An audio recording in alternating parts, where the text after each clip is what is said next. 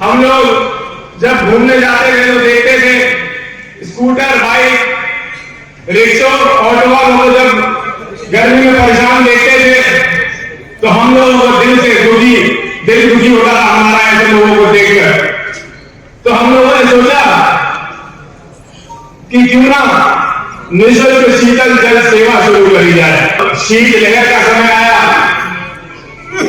बहुत ठंड पड़ने लगे, लोगों के कम्बल निकल आए, पर उनके बारे में किसी ने नहीं सोचा जिनके घर में कम्बल नहीं है। उनके बारे में किसी ने नहीं सोचा दोस्तों।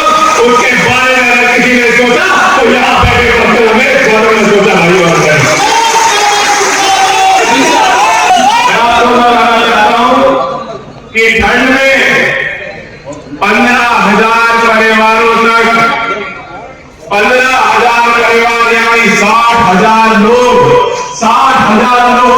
इन पौधों का साइज देख लीजिए, इनकी ऊंचाई देख लीजिए। वो कहते हैं हर चीज का कद बता देता है।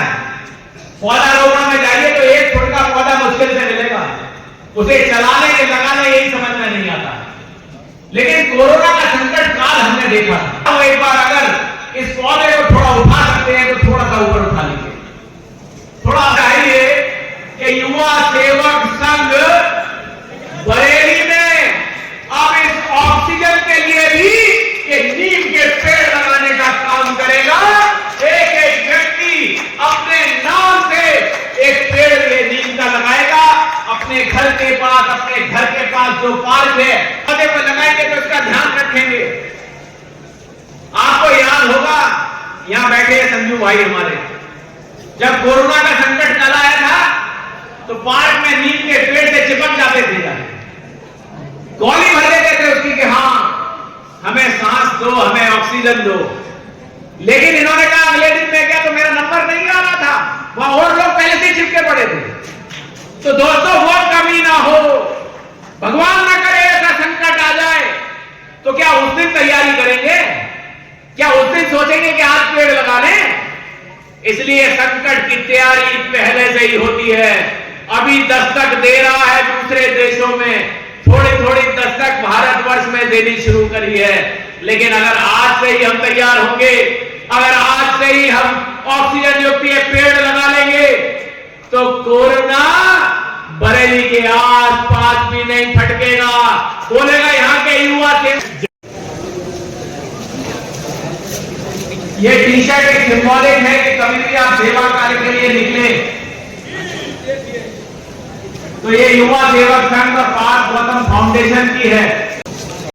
एक बार जोरदार विक्ट्री बजाते हुए एक बार जोरदार ताली बजाते, ये विक्ट्री का निशान बनाकर एक बार तालियां जोरदार बजाए। आकर हम लोगों को मजबूती दी है और ये बताया है कि अब बरेली का युवा सेवा क्रांति लाने के लिए तैयार है।